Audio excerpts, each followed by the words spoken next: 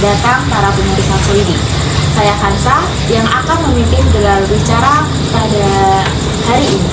Gelar bicara Seribu adalah segmen yang membahas tentang konflik yang sedang panas dan menjadi topik perbincangan di masyarakat. Nah, dan pada hari ini kami akan membahas konflik dengan judul topik yaitu sadari, kenali, atasi workplace bullying. Nah, jadi di sini kami akan membahas kasus tentang pembulian yang ada di salah satu perusahaan terkenal di Indonesia. Di sini kita sudah kedatangan tamu dari pihak korban dan pihak pelaku yang nantinya akan kami hubungi lewat telepon. Nah, di sini karena pihak korban dan pelaku harus dirahasiakan identitasnya, maka kita panggil saja dari pihak korban yaitu Mbak I, dan nantinya dari pihak pelaku kita panggil oleh Mas H.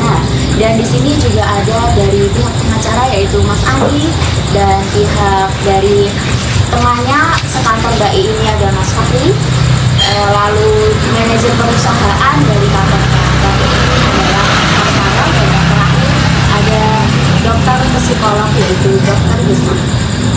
Nah, baik, pertama-tama bisa diceritakan dari Mas Andi sebagai pengacara Mbak I bagaimana kronologi kejadian ini bisa terjadi.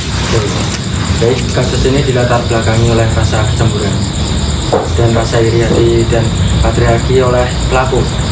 Jadi pada awalnya Mbak I ini di kantor dikenal sebagai pegawai yang memiliki kinerja yang bagus. Jadi sehingga ia disenangi oleh teman-temannya termasuk juga atasannya. Karena Mas H ini sebagai seniornya di timnya Mbak I ini, ia merasa kesal karena Mbak I ini pegawai baru tapi sudah dikenal oleh para atasannya, dan itulah Mas H ini mulai memperlakukan Mbak ini semena-mena. Sudah termasuk, dan ini sudah termasuk workplace bullying. Nah, mulai dari memberikan pekerjaan yang porsinya tidak masuk akal, menjelek-jelekan Mbak ini di tempat kerjanya, dan memfitnah yang membuat teman-temannya kantor Mbak ini sudah tidak suka lagi. Nah, kejadian tersebut ketika Aswari ini sedang dinas di luar kota. Jelaskan juga, Mas Fari ini adalah sahabat dari kakaknya Mbak ini yang diberi kepercayaan dan diberi kepercayaan banget lah oleh kakaknya Mbak ini untuk istilah menjaga Mbak I agar dibimbing oleh di tempat kerja, karena kebetulan kakaknya Mbak ini tahu Mas Fahri dan Mbak I ini sekantor. Sebelumnya saat ada Mas Fahri ini di kantor itu aman-aman aja, mungkin karena Mas tahu ya, karena teman dekatnya kakaknya, jadi untuk merasa mau melancarkan aksinya itu sangat segan. Nah, kejadian tersebut terjadi ketika Mas Fahri ini sedang dinas di luar kota selama 6 bulan. Nah, ketika tahu Mas Fahri ini sedang ada dinas di luar kota, Mas Jaya ini langsung melancarkan aksinya tersebut. Perlakuan Mas Jaya ini dilakukan secara terus-menerus selama 6 bulan sampai Mbak ini merasa berangkat kerja depresi, tidak bisa tidur, gelisah dan rasa ketidaknyamanan saat bekerja. Nah, Mas Fahri ini mengetahui hal ini ketika ia sudah pulang dari dinasnya di luar kota. Saat bertemu Mbak I, Mas Fahri ini menanyakan keadaan Mbak I selama ia ditinggal di luar kota saat dinas. Nah, apakah ada sesuatu yang mengganggu Mbak I ketika ditinggal dinas di luar kota? Karena Mbak ini sudah nggak kuat lagi, dia pun cerita ke Mas Fahri ini karena sudah tidak kuat lagi. Nah, dari cerita Mbak ini, akhirnya Mas Fahri ini mengusulkan untuk hal ini harus diurus karena sudah mengganggu mental Mbak I dan kondisinya sudah parah. Akhirnya hal ini diurus dengan pihak berwajib serta pihak perusahaan dengan pasal 80 UU 35 2014. Pelaku bullying dapat dipidanakan penjara paling lama 3 tahun 6 bulan dan denda paling banyak 72 juta. Nah, serta atas keputusan dari pihak perusahaan, Mas H ini akhirnya dikeluarkan dari perusahaan seperti Mbak Kanca atau sama itu. Oke, ceritanya tadi sangat kompleks sekali ya. Selanjutnya untuk Mas Fahri, pada saat itu bagaimana, apa yang dirasakan ketika mendengar cerita dari Mbak ini? Jujur saja, yang saya rasakan pertama kali saat itu, saya kaget banget. Karena selama ini saat Mbak I bekerja dengan saya itu baik-baik saja dan berjalan dengan lancar tanpa ada gangguan. Tetapi pada suatu hari sebelum saya keluar kota, saya tidak sengaja mendengar perbicaraan seorang di ruang istirahat bahwa salah satu rekannya itu tidak suka dengan adik saya ini. Mbak I yang saya anggap sudah seperti adik saya sendiri akan dipromosikan naik jabatan oleh manajer karena kinerjanya yang sangat baik. Adik saya ini kinerjanya cepat, kerjanya itu sudah pasti bagus.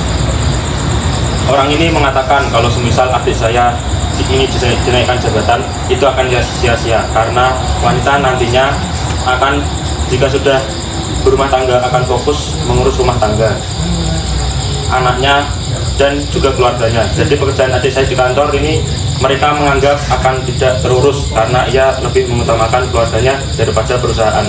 Dari suara ini saya sebetulnya tahu ini suara siapa.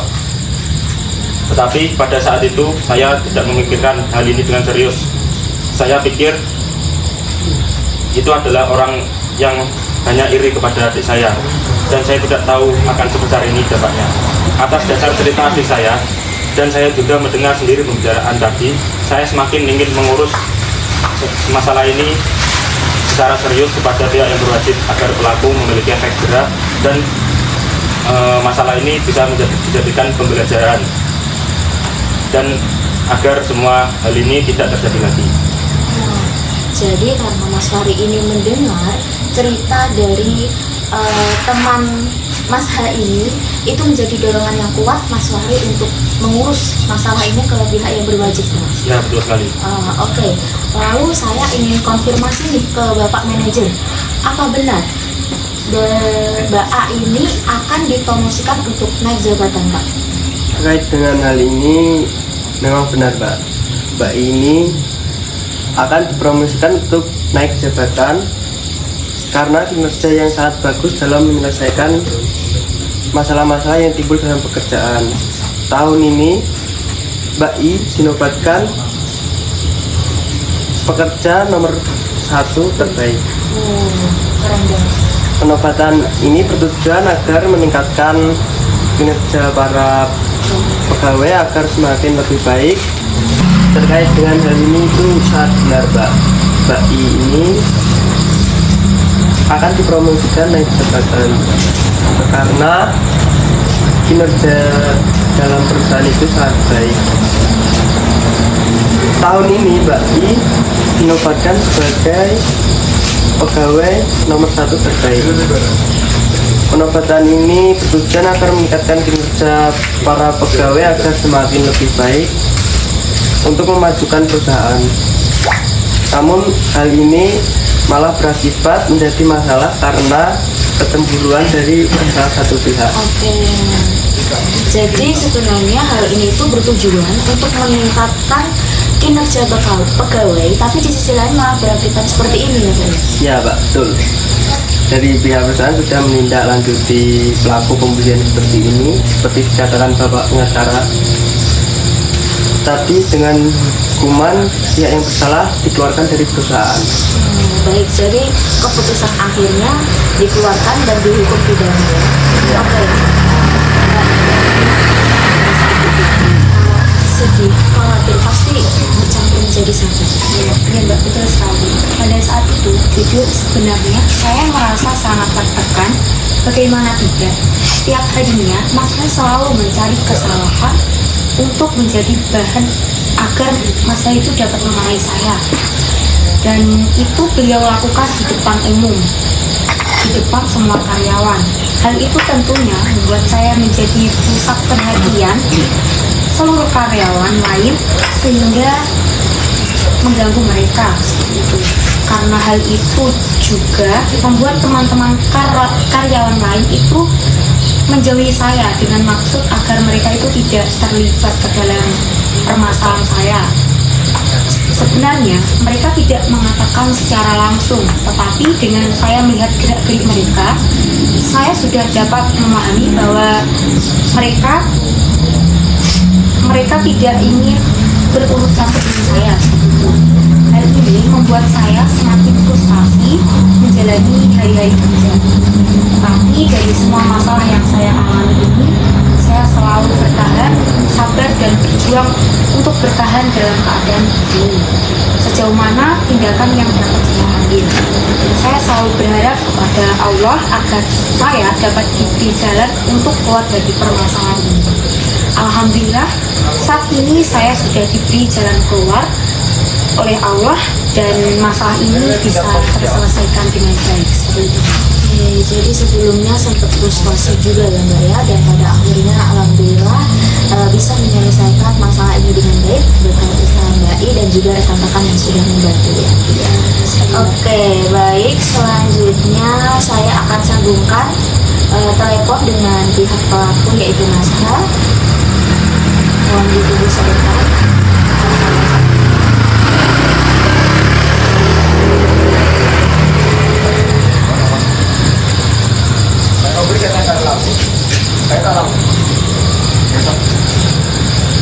Oke, Mas H bisa didengar? Oke,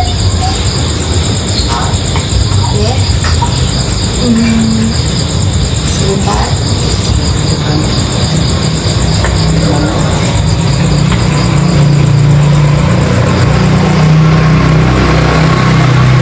Jadi Mas, aku ingin interview kamu sebentar ya tentang konflik yang menimpa Mbak I ini.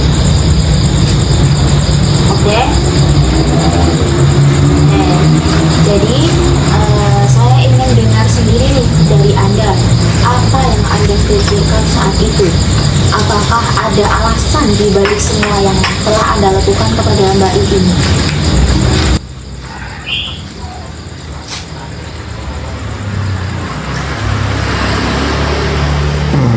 Seperti yang diceritakan tadi, saya akui saya memang salah. Saya meminta maaf yang sebesar-besarnya kepada Mbak I dan semua kalangan yang merasa dirugikan atas masalah ini serta pihak-pihak yang tersangkut atas masalah ini.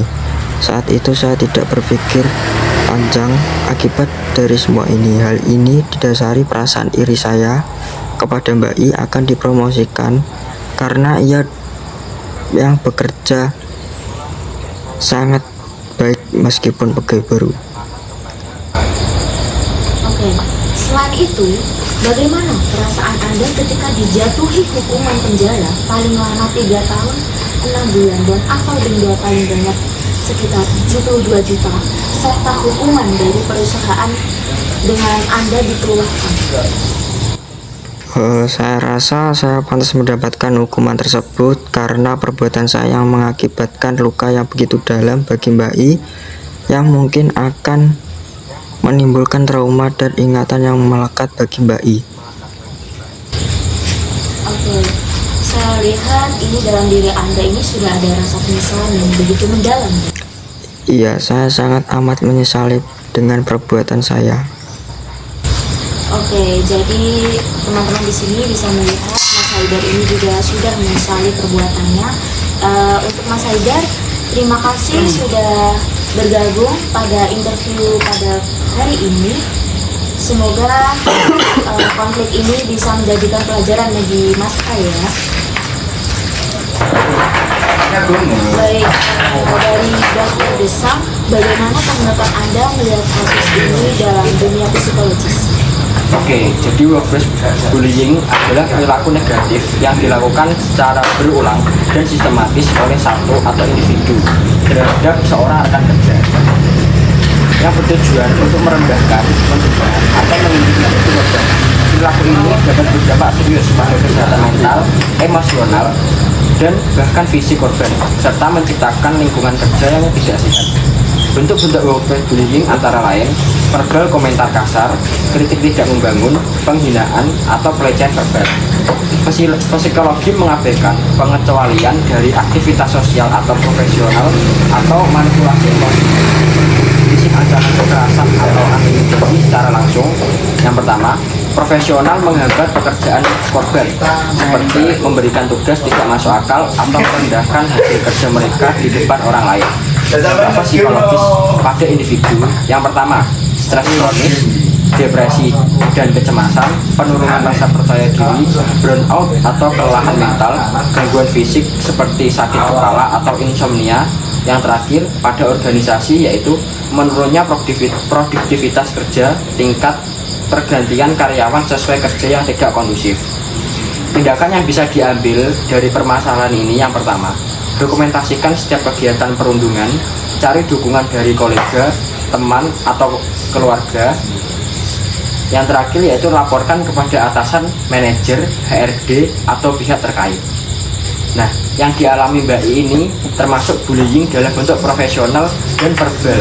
Dan juga tadi dampaknya sudah disebutkan oleh Mbak I, yang sepertinya depresi, susah tidur, stres. Dan untungnya Mbak I bisa mengatasi hal tersebut dengan tindakan yang seperti saya sebutkan tadi. Oke, jadi seperti itu ya dok. Ternyata bullying memiliki banyak jenis serta dampaknya juga cukup beresiko. Lalu Mbak I, apakah saat ini kakaknya sudah mengetahui akan hal ini? Nah, jadi pada saat saya dibully, saya belum memberitahu akan hal ini karena saya takutnya nanti kakak saya malah khawatir dan saya malah disuruh pindah kerjaan seperti itu. Tetapi setelah saya melaporkan hal ini kepada pihak berwajib dan manajer saya sudah memberitahu kakak saya. Nah, pada saat itu bagaimana tanggapan kakaknya Mbak I? Saat saya memberitahu kakak saya, tentu saja sangat-sangat shock dan saya sempat disuruh pindah tempat kerjaan, tapi saya berhasil menenangkan beliau. Saya bilang kalau hal ini sudah diurus dan sudah selesai permasalahannya. Jadi kondisi saat ini sudah aman seperti ini, Mbak. Oke, tentu ya, menurut saya reaksi kakak Anda ini sangat wajar. Beliau pasti juga khawatir dengan Mbak I merantau sendiri, tidak ada keluarga di sini, tapi untungnya ada Mas Fahri ya. Jadi Mbak I ini masih bisa ada sedikit perlindungan. Oke. Oh iya, ketika terjadi kejadian ini, lalu Mbak I melaporkan ke pihak berwajib dan manajer, itu selisih waktunya berapa lamanya? Waktu itu mungkin selisih 6 bulanan, Mbak. Saya baru lapor karena waktu itu saya juga harus mengumpulkan bukti-bukti dan keberanian serta butuh dukungan juga, dan tentunya pada saat itu Mas Fahri sudah pulang dari luar kota. Oke. Lalu apakah teman-teman dari Mbak ini masih menjauh atau bagaimana kondisi saat ini? Alhamdulillahnya Mbak, teman-teman saya sudah tidak seperti dahulu lagi. Mereka sangat respect sekali atas kejadian yang menimpa saya. Beberapa dari mereka juga meminta maaf karena dahulu pernah menjauhi saya, yang dimana pada saat itu saya butuh dukungan dan semangat, tapi malah mereka itu menjauhi saya. Dan juga kondisi saya saat ini sudah sangat membaik. Saya juga bisa bekerja normal seperti sedia kala. Alhamdulillah ya Mbak, sekarang sudah tentram dan berdamai dengan masa lalu. Oke, tidak serasa waktunya sudah begitu cepat berlalu dan acara kita sudahi sampai sini. Tetap peduli dengan lingkungan sekitar akan pembulian ini. Dan semoga masalah yang kita angkat pada hari ini bisa menjadikan pelajaran bagi teman-teman selidik semua. Oke, kami dan dari pihak tamu undur diri. Wassalamualaikum warahmatullahi wabarakatuh. Terima kasih semuanya.